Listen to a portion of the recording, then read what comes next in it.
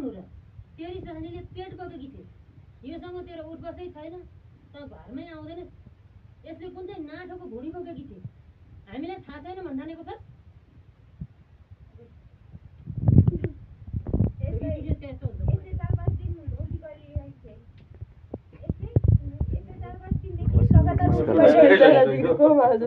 अनि यसलाई सिङ्गाटा पनि लागिरहेको छ अनि अमिलो पनि त्यति नै मन पराउँथे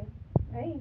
खान्छे त्यति नै मन पराएर खान्छे भनेपछि यो महारानीले कुन मुखले यो घरमा बस्ने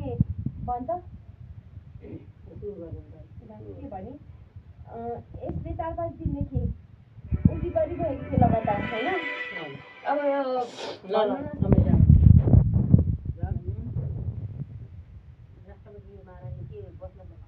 अनि यो महारानीले कुन मुख लिएर यो घरमा बस्ने भन्छ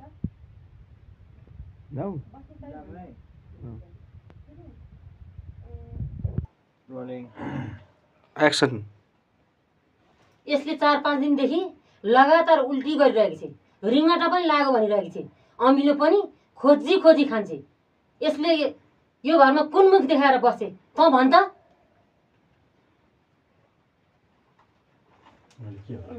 खोइ के भन्ने